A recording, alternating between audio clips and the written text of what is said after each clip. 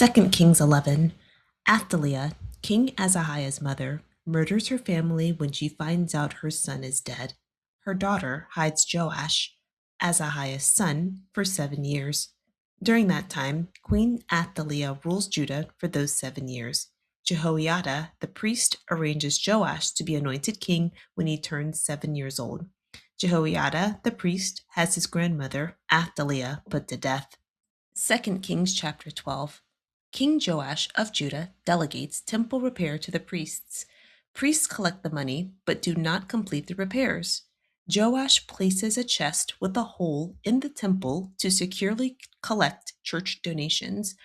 King Joash gives King Hazael all of the gold from his own home and from the temple to persuade him away from warring with Judah. Josiah's servants kill him, and his son Amaziah becomes king of Israel. 2 Kings 13. Jehu's son Jehoahaz becomes king of Israel. He asks God for help when the Syrians subjugate Israel. God sends help, but Israel still does not honor God. Jehoahaz's military is weak. Jehoahaz's son is Jehoash.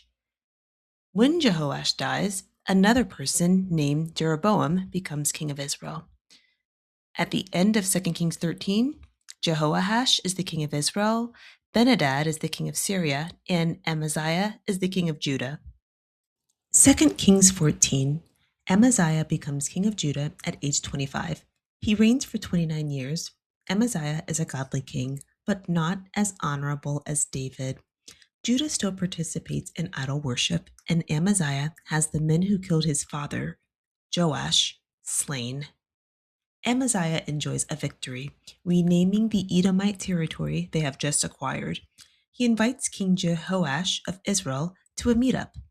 Jehoash refuses initially, but captures and defeats Amaziah since Amaziah insists that they meet up. Amaziah outlives Jehoash by 15 years. Jeroboam, Jehoash's son, restores territories from Judah to Israel. His son Zechariah takes his place. 2 Kings 15.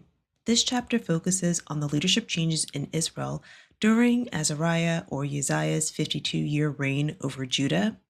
So we're keeping in mind that after Solomon disobeys God, the nation of Israel is fractured.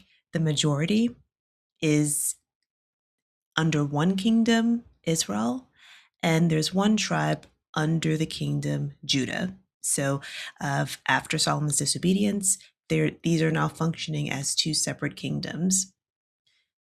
We have in verse 13, 32, and 34, King Azariah. He's also called Uzziah.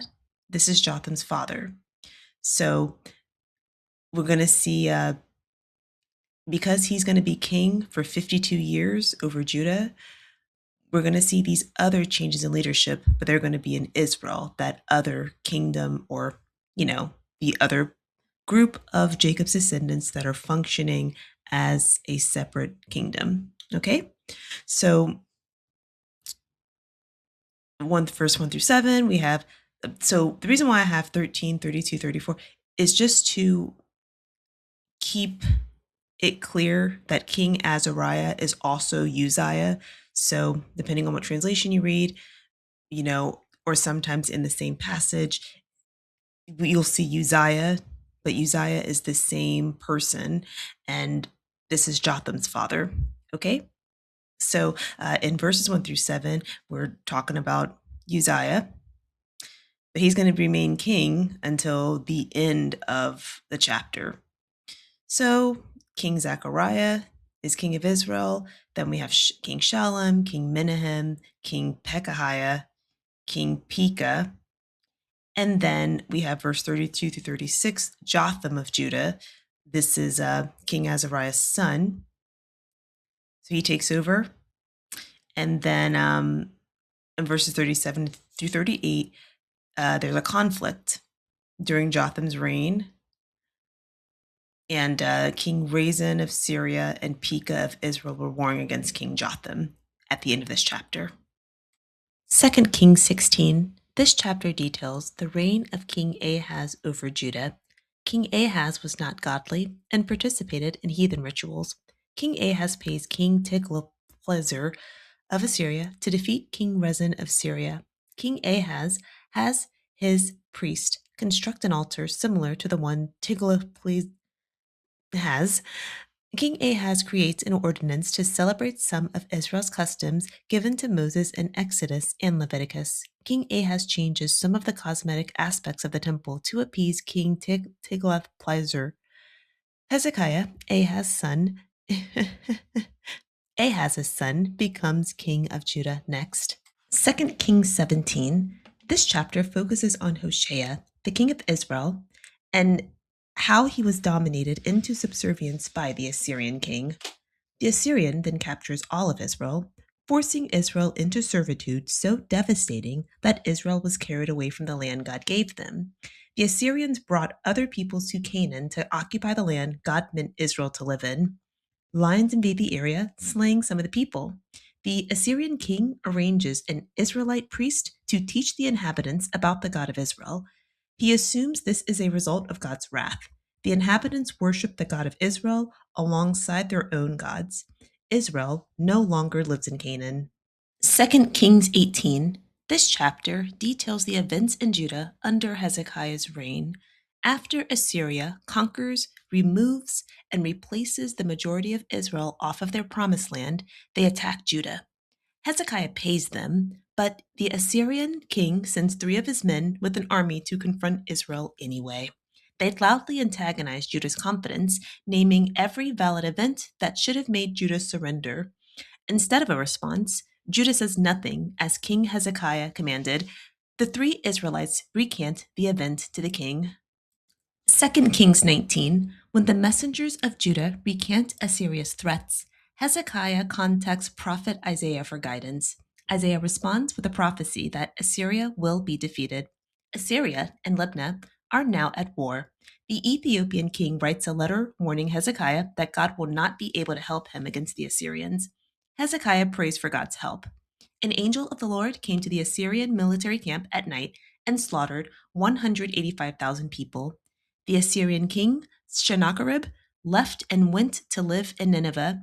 As Sennacherib was worshiping an Assyrian god in temple, 2 of his own sons slaughtered him in the building. 2 Kings chapter 20. King Hezekiah is terminally ill. Isaiah prophesies his death. Hezekiah cries out to God. Isaiah tells him that God heard his prayer and will add 15 years to his life. The Babylonian men that wrote to King Hezekiah when he was ill visits him in this chapter. He shows them everything that he owns. Isaiah prophesies that Babylon will take everything of value from his kingdom and make his sons eunuchs. King Hezekiah's son, Manasseh, becomes king after his death. 2 Kings 21. Manasseh, King Hezekiah's son, becomes king of Judah when he is 12 years old. King Manasseh reigns over Judah 55 years and is more evil than the people who lived on this land before Israel. God speaks through prophets, foretelling Judah's destruction. God will no longer honor Judah as he once did. Amon, King Manasseh's son, becomes king at 22 years old.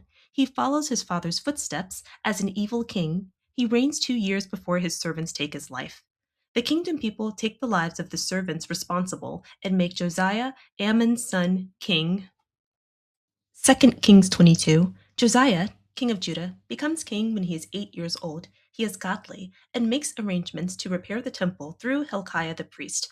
Hilkiah finds a book and gives it to Shaphan, King Josiah's employee.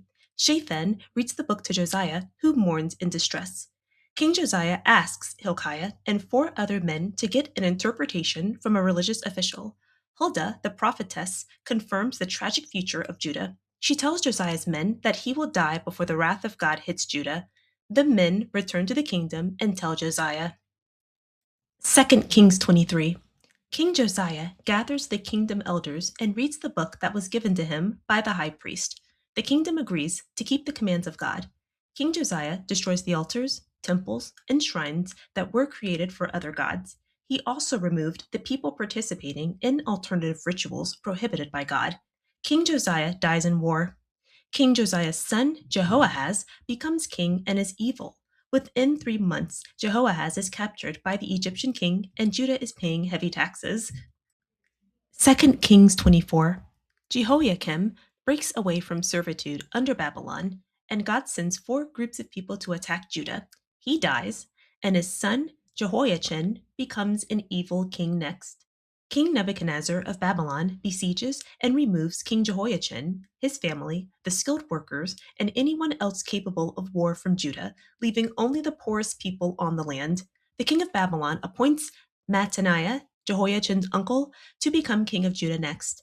The king of Babylon changes Mattaniah's name to Zedekiah, and he reigns for 11 years. 2 Kings 25.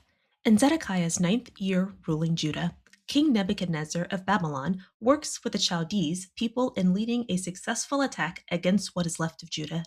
King Zedekiah is captured, forced to endure a trial, then forced to witness the murder of his sons before his own eyes are gouged.